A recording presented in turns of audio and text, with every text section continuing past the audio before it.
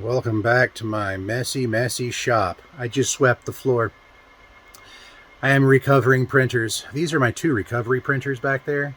That's a CR10S. That is a CR10S5. That's a big boy. But let's talk about the S5 real quick because I've noticed something very interesting that I might need to share with you. This is quite literally a comparison about the difference a belt can make. On the left here, we have very inconsistent extrusion with an over-tightened, very stiff belt.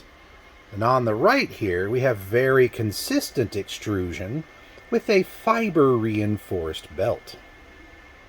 Now, I have experimented with three types of belts.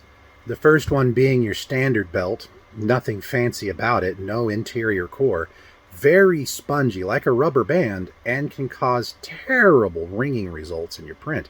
And I thought that if I upgraded the belt to a super stiff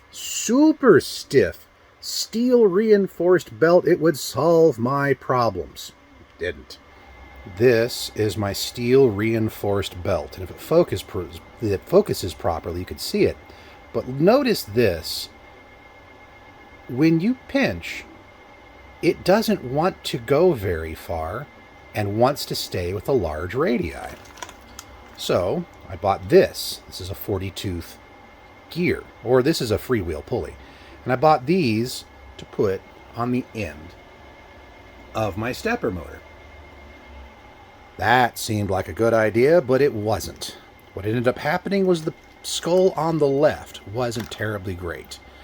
Here is a fiberglass reinforced belt. And as you can see, it does not mind going to that tighter radius. That is what is on here now. So I'm using your standard 16-tooth gear pulley or cog, and it is pulling along just fine.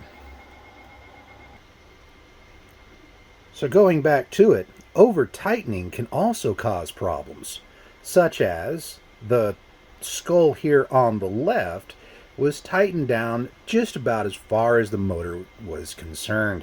The second print with this very thing failed and turned into spaghetti because the cog fell off the stepper motor. And as it is with this one, I've done 3 or 4 so far with that same belt, the fiber reinforced belt with a moderate tightening, and it's worked great.